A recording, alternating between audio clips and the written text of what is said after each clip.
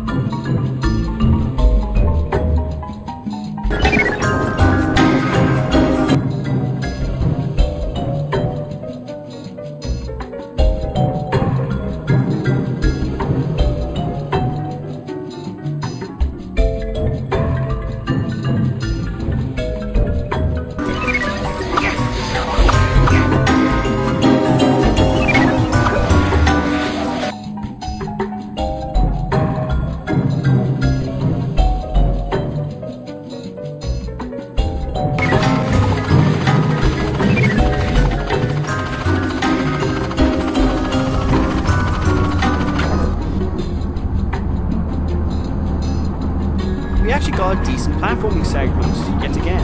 Thank God, I get bored of the boring parts. And of course we get much, well, we don't really need the health power, but we get a nice health power to help us out. Which is always up to you. I mean, we're getting really close to the end of the game, folks. I mean, this LP is going to be exactly 19 minutes long, so we're getting close. We're getting really, really close.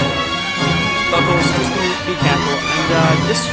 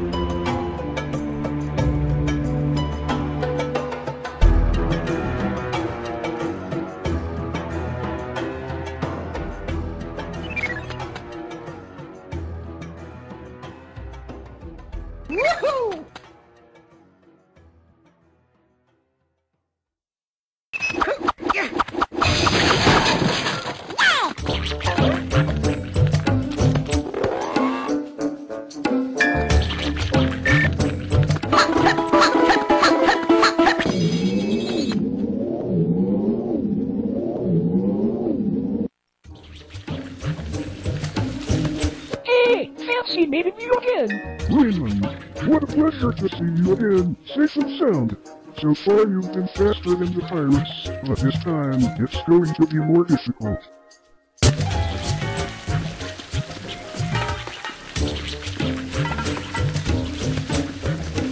Jam the door with a lot of energy.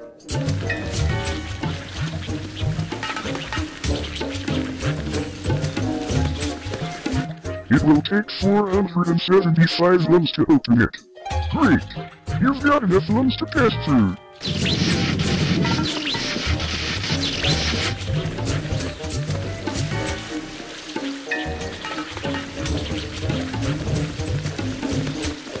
You're certainly very talented. I'm sure you may succeed in finding the 555 lungs you need to go through the next door. But I have to warn you. A fearsome trial will await you.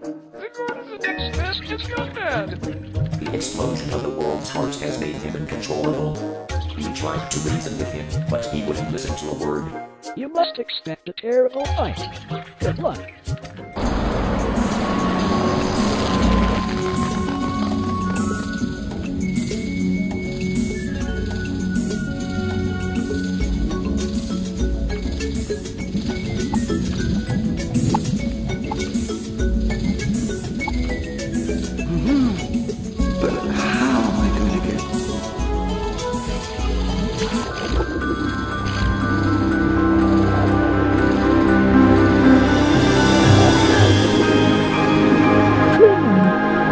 Some good news and some bad news.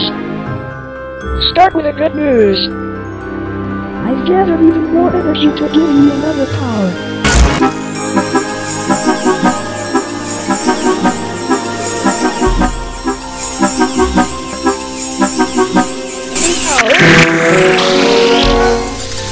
Yippee! Now that you can fly with your helicopter, the bad news tells that your mission gets harder. So, here's some advice. To fly, activate the helicopter power and keep it pressed down. Press the left trigger to move around, it'll be much easier. It works out, it works really, really well. Unfortunately, this is pretty much the only level in the game where we're going to be able to do this, so,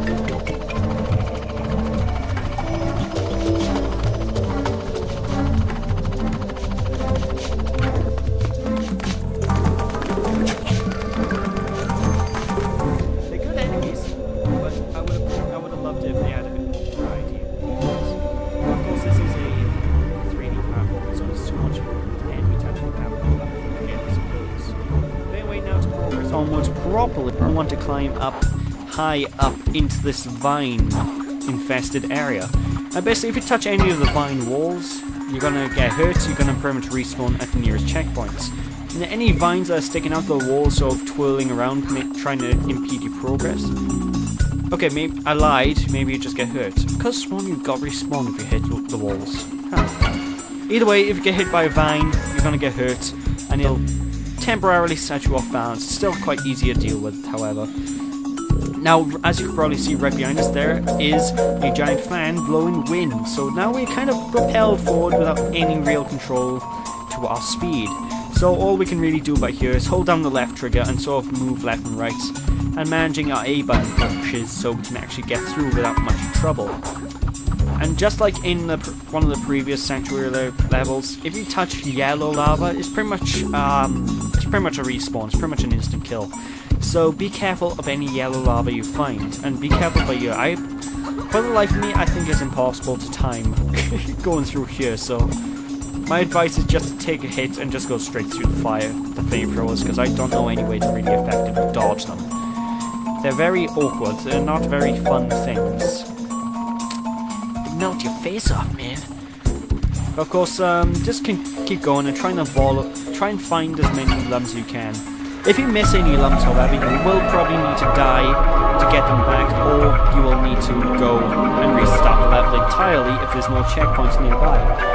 So yeah, be careful of the yellow. Be careful of the yellow lava. Be careful of your yellow lava.